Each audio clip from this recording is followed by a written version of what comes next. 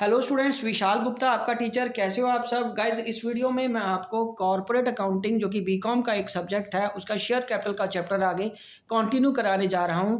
इसमें हम करेंगे आज का topic formation of a company. Guys आप जानते हो कि in case of a private company 2 and in case of public limited company 7 persons are associated for any legal purpose may be subscribing names of themselves to a memorandum of association and otherwise complying with the requirement of the Companies Act, form an incorporated company with or without limited liability। ठीक है, तो 2% private company में और 7% at least public limited company में किसी legal purpose के लिए एक साथ बिजनेस को शुरू करते हैं और अपना नाम रजिस्टर्ड कराते हैं मेमोरेंडम ऑफ एसोसिएशन में। ठीक है, या दूसरी प्रोविजंस पूरी करते हैं कंपनीज एक्ट की। ठीक है, विद और विदाउट लीगल लाइबिलिटी। और following documents are to be filed with the registrar of the joint stock company of the state in which the registered office of the company is situated. और जिस state में आप company का registered office बनाना चाहते हो, company खोलना चाहते हो, वहाँ के रजिस्ट्रार के ऑफिस में जाके, उस स्टेट के रजिस्ट्रार के ऑफिस में जाके उसको रजिस्टर्ड कराते हैं ये फॉलोइंग डॉक्यूमेंट्स को फिल करने के बाद। और फॉलोइंग डॉक्यूमेंट्स में आपको पता सबसे पहला कौन सा है? Memorandum of association. As per section 4 of the companies act 2013 the memorandum of company shall state name of the company with the last word limited in case of the public limited company और last word private limited in case of a private limited company. ठीक है जी, तो ये सबसे पहली requirement होती है memorandum of association की। और गाइस दूसरा क्या है? The state. वो कौन सी स्टेट है? In which the registered office of the company is to be situated. C memorandum का जो पार्ट है वो है objects of the company for which it is to be incorporated. D the liability of the members of the company whether limited और unlimited. और E the amount of share capital with which the company is to be registered. So the memorandum of a company shall be in respective form specified in the table A, B, C, D and E in schedule 1 as may be applicable to such company। ठीक है जी, इस तरीके से वो memorandum बनाते हैं।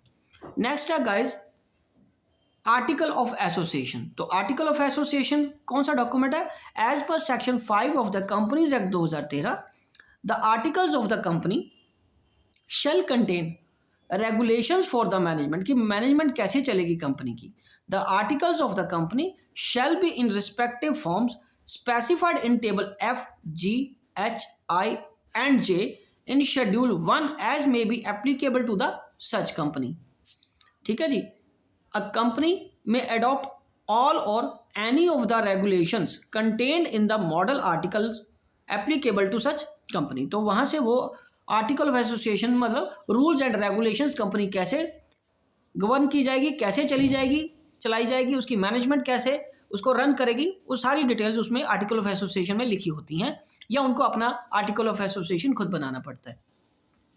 ठीक है गाइस, तो चलिए नेक्स्ट की हम बात करेंगे थर्ड पॉइंट की, a statement of the nominal capital. मतलब जिसका नाम अमाउंट से वो रजिस्टर्ड होगी।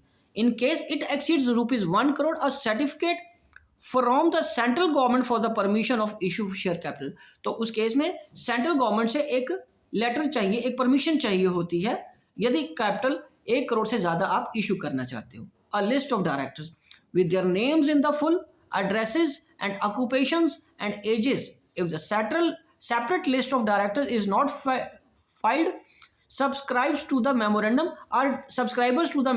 are deemed to be the first director। और अगर कोई आपने अलग से उनकी कोई डायरेक्टर्स की लिस्ट नहीं फाइल करी तो जो सब्सक्राइबर्स हैं मेमोरेंडम के वही डीम कर लिए जाते हैं, वही मान लिए जाते हैं कि वही फर्स्ट डायरेक्टर हैं। Fifth, if directors are appointed by the articles of named in the prospectus their written consent to act as directors and written undertaking to take up and pay up the qualification share if any। तो अगर जो director appoint किए जाते हैं articles में या उनका नाम प्रॉस्पेक्टस में है तो उनकी रिटन कंसेंट चाहिए होगी।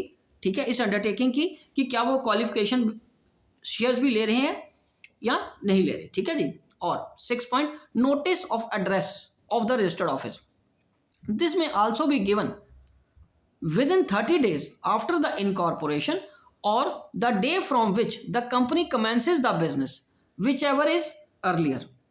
right guys। और उसके बाद स्टैच्यूटरी डेक्लेरेशन। स्टैच्यूटरी डेक्लेरेशन में क्या आएगा? by an advocate or of the Supreme Court or the High Court or an attorney or pleader entitled to appear before a High Court or a CA practicing in India and who is engaged in the formation of the company or by any other person who is named in the article as director, manager or secretary of the company, that all the requirements of the law for registration have been duly compiled with. On filing the above documents and the payment of necessary fees, if the registrar is satisfied that everything is in order, he will register the company and issue the certificate of incorporation.